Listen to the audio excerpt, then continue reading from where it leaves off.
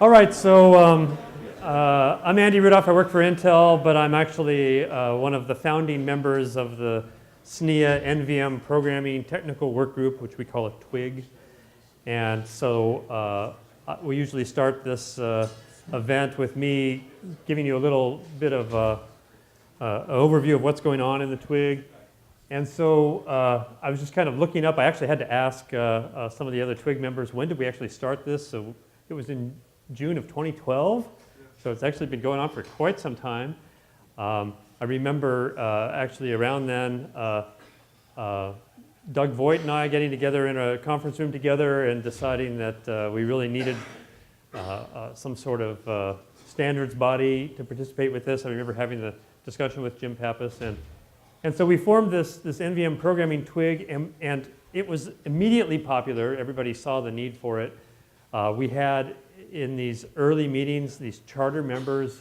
In addition to HPE and Intel, there was Microsoft was there, and VMware was there, and EMC was there, and well, it was actually just very popular. A lot of these companies have continued to attend essentially weekly meetings and quarterly face-to-faces for 5 years now. So I think it just shows you the amount of interest there is, not only in persistent memory, but also in having a unified way of using persistent memory, having a unified programming model. And so in fact, well, just a few months later, really, in January 2013, we had the first one of these. Back then, we called it the NVM Summit. And it was also, I think, pretty popular and got more and more popular with each year that happened. The Twig then in January of 2014 published our first Rev 1.0 of the NVM programming model spec. You can still find it on the website. Now it's up to 1.3. And you know, when I describe the programming model to people for the first time, it actually seems mind-numbingly obvious. And that's great. That's what I was going for. But when we started this, there were differing ideas that were completely incompatible. And you would have vendor lock-in to a specific product. You would have vendor lock-in to a specific OS if it had just gone that way. So by my measure, even though in a lot of ways we're just starting with persistent memory, in the ecosystem, I consider this a really very positive step that all these companies have come together. It's really exceeded my expectations. And so why am I always talking about this programming model? If you've ever been to one of these, or if you've ever heard me speak, you've seen this diagram, so I'll do it fast. But this is the programming model, right? And the whole idea here is that you've got some sort of persistent memory. Down at the bottom here, I just put the word NVDIMS here as it could be, as you saw in the previous talk, it could be any number of ways that you achieve persistent memory. But this is the most common direction in the ecosystem right now. The idea is that this is discovered somehow. Now on x86 systems, in the years that have just gone by, we've added this to ACPI. And there's a new table in ACPI called the NFIT. You can Google it if you want the information about it. Or you can go to, I've got some URLs at the end of the slides to show you where to get this information. But that NFIT table causes some number of drivers, some driver stack to get loaded by OSs that support this model. I just called it NVDIM driver to be kind of generic here on my slide. And there's really three things that NV driver provides. There's manageability, to be able to check the health of your persistent memory or configure it, that kind of thing. There's this part in the middle, which I kind of call the easy way out. This is the part where unmodified applications and unmodified file systems just use it. And the way that is achieved is that this driver here can just provide the block interfaces that any disk provides. And so if somebody sends down a block IO, block read or block write, the driver just converts those to loads and stores, because persistent memory is byte addressable persistence. You can get to it with just loads and stores. So the driver's doing that and providing the familiar interfaces to the stack above. So that's why I call this the easy way out. Software just works. But maybe it's not leveraging everything that persistent memory can do. How exactly the driver does that has also been standardized. It's in the UEFI spec, and you can read that if you're interested. But the really exciting part is on the right. This is about how do you expose persistent memory to applications that really want to leverage what persistent memory can do. They really want access to byte addressable persistence. And this is done using a persistent memory aware file system. If you have a persistent memory aware file system, it's able to do loads and stores directly to persistent memory. It provides the standard file APIs that everyone has been using for 30 years. And then if you memory map it, that's where you get this direct application ability to do loads and stores. So I'm just going to kind of focus on the right-hand side here of that diagram for a moment. Why did we go with this memory mapped file idea? Well, first of all, files have standard naming and permission models. We didn't have to reinvent a new way of, having persistent memory blobs have some sort of numeric IDs that you have to look up in a registry or something like that. Instead, you just use file names. They have a permission model that's well understood. Maybe the over 30 years of POSIX permissions hasn't been the best model of permissions in the world, but it's well understood. ACLs are well understood. Permissions on how Windows uses permissions, it's well understood. So we build on that instead of inventing something new. And so once you get access, you have to open something before you can map it. So once you have it open and you map it, now you have this direct access where it's just nothing but a bunch of virtual to physical mappings. So when the application does a load instruction, it's loading directly from persistence, directly from the media. This is the shortest possible code path imaginable. It's one instruction. You load, you're loading right from the media. There's no kernel code that runs. There's no interrupts, no context switches. It's just one instruction. Ooh. Maybe I can make it less than one instruction someday.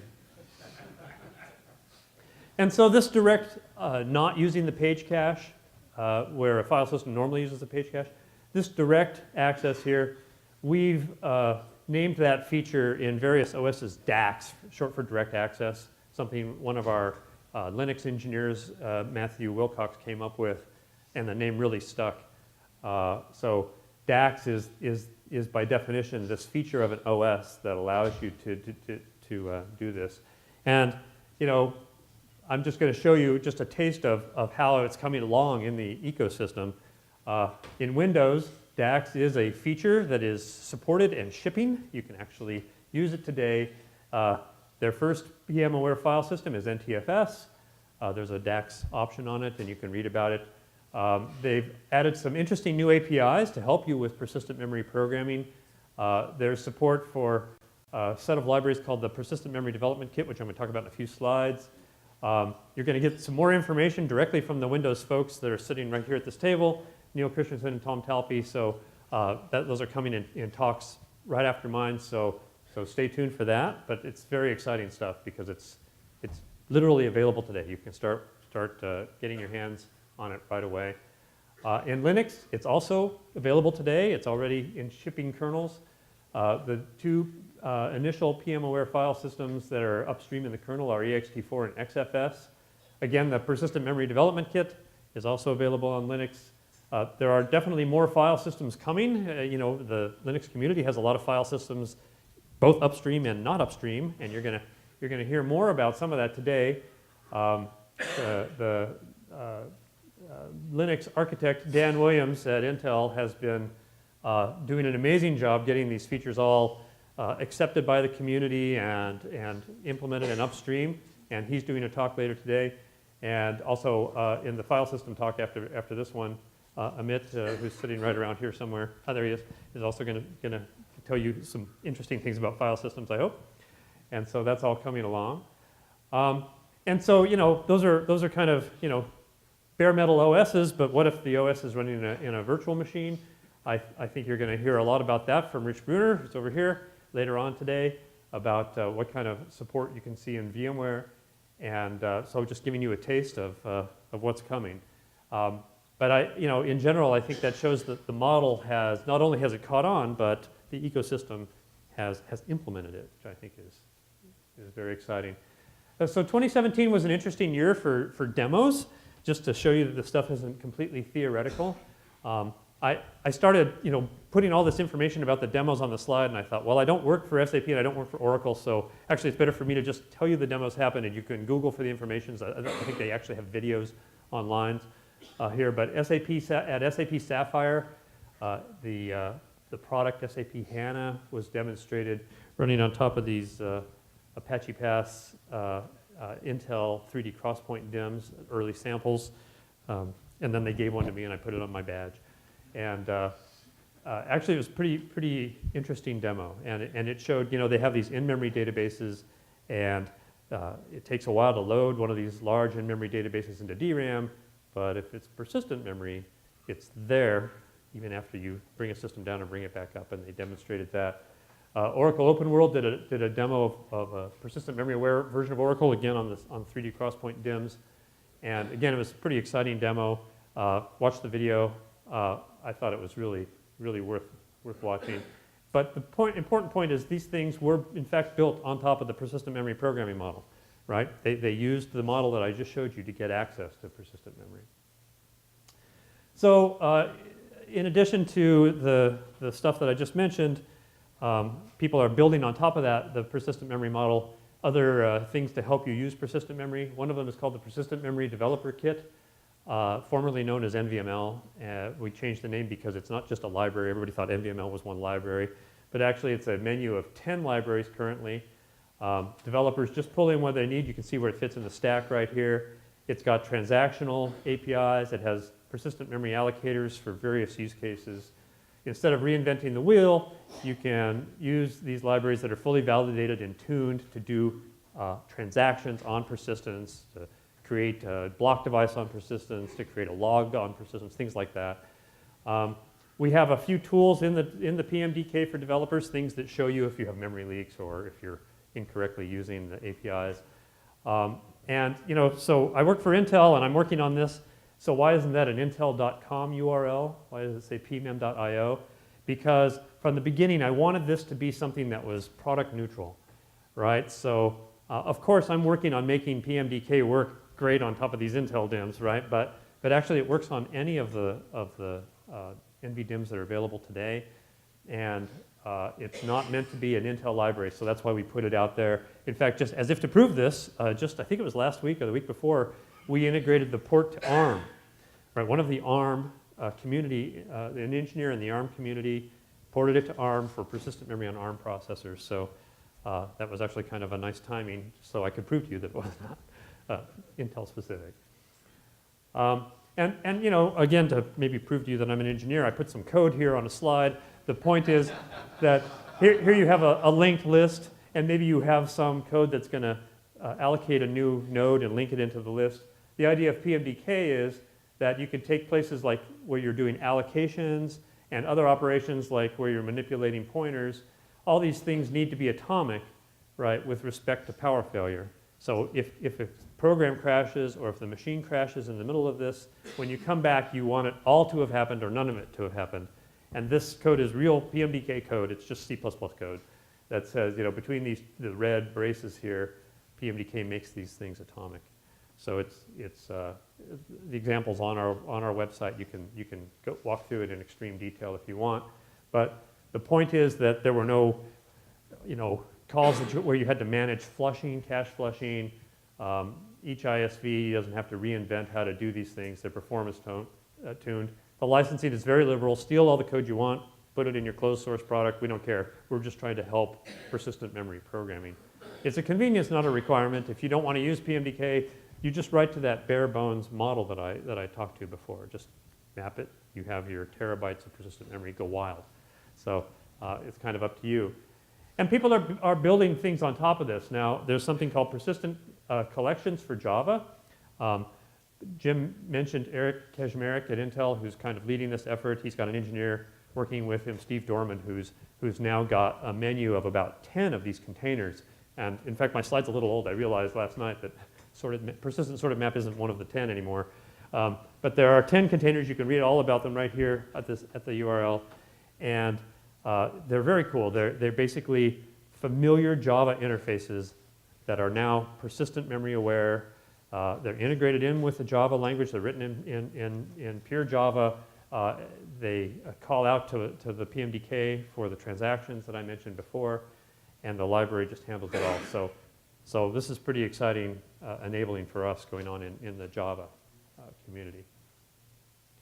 In addition, there's something called the Storage Performance Developer Kit. This is a way of writing very high-performing storage appliances that run in user space.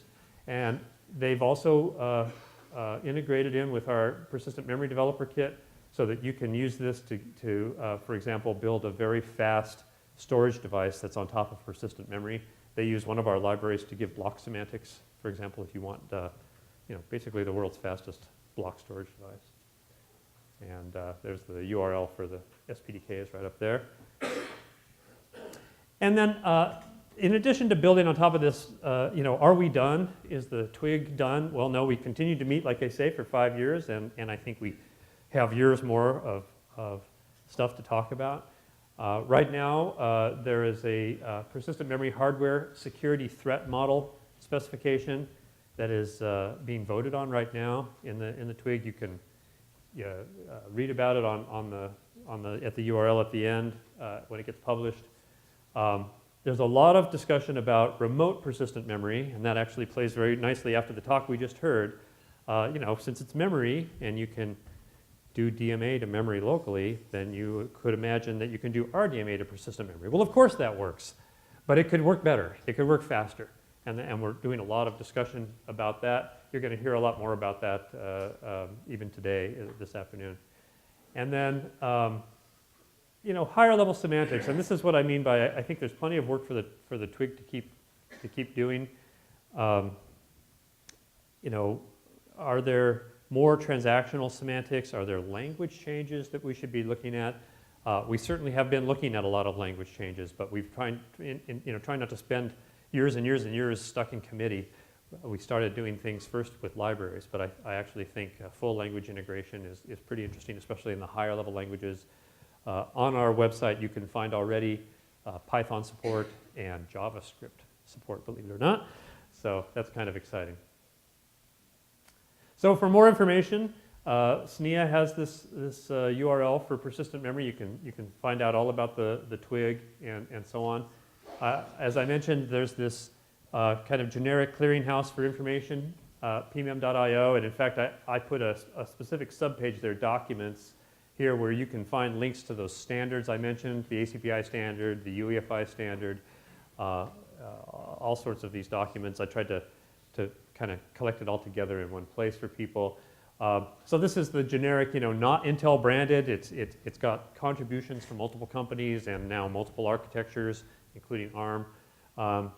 But for the Intel stuff, the stuff that I'm wearing around my neck, we have something called the Intel Developer Zone, and here you'll find specific information about how the Intel DIMM works and how to optimize for it. So this will all be on the materials that are on the PM Summit slide. And so this is my last slide. So I think we have time for a question or two.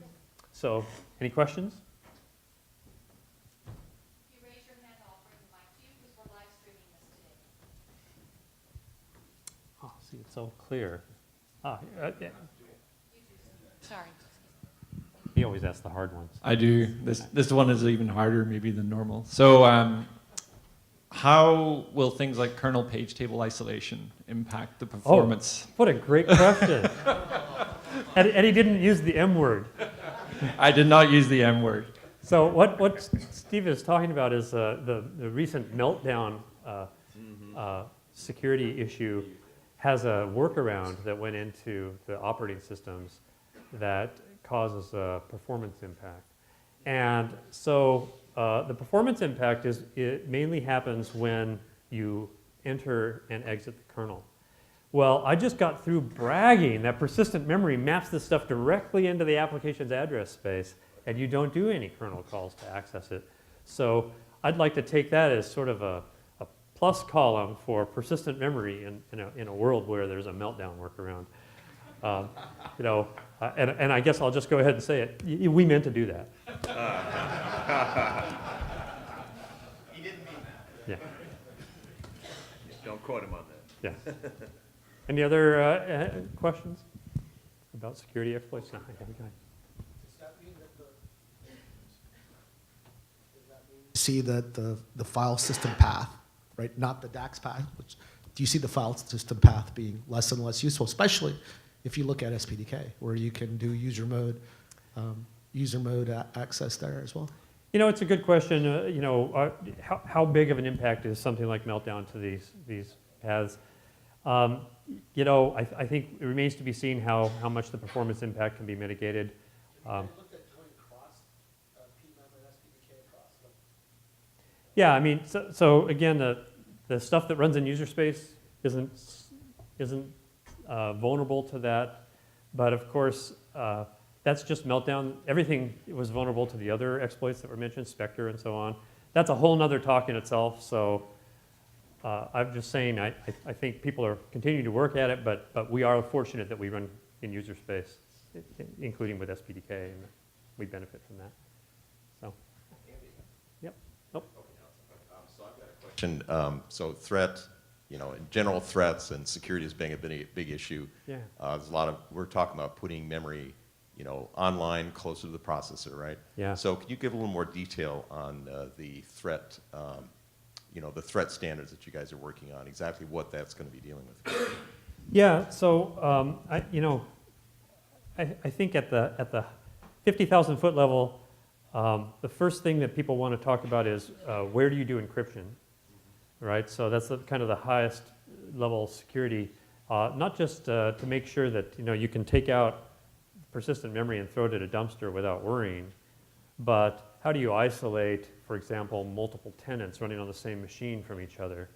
And so you know, without going into too much detail, I think this is going to be an area where first we have to kind of understand the requirements of those situations, and I think that's where the Twig is really focused in the paper that they've worked on. But I think this is going to be a hot area for competition in features of NVDIMMs and related products. So I haven't given you a very specific answer because I think it's actually kind of a, you know, a vendor-specific area where people can compete and come up with different solutions. Did you? One last question, Jake. Yeah.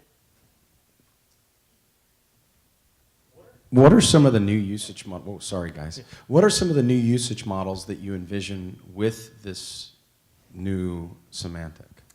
Yeah, so with persistent memory, I already gave the in-memory database answer because that's like the first one that jumps to everybody's mind, right? In-memory databases. But, you know, basically any latency-sensitive data structure that right now has a pain point of paging from storage is a good model for this now. Now, I've been spending a lot of time more recently on key value stores and things that are like NoSQL because again, they're perfect fits for this. The whole algorithm, the LSM tree algorithm that a lot of these existing key value stores are based on, those algorithms are designed to overcome the fact that storage is only accessed as blocks, right? And so persistent memory is just a great way of us to kind of go back and re-examine that and say, well, now you have terabytes of this stuff sitting on your machine. Why don't we just put the persistence right there and make it byte addressable? And oh, you need it replicated? Well, RDMA to persistent memory works, so we can replicate, you know, we can read and write directly from another machine's persistence without having to go through, frankly, any software on that machine, much less DRAM. So I think these key value stores, a lot of the stuff that you see in the clouds, which are based on these key value stores, are going to be big. I think tables that are kept by appliances, like dedupe tables in storage appliances, any of these big data structures that are hard to page are really great use cases for this. I could go on because the list is really quite huge, but I think that gives you a taste of what we're talking about. Okay, and I think we're out of time, so thanks very much.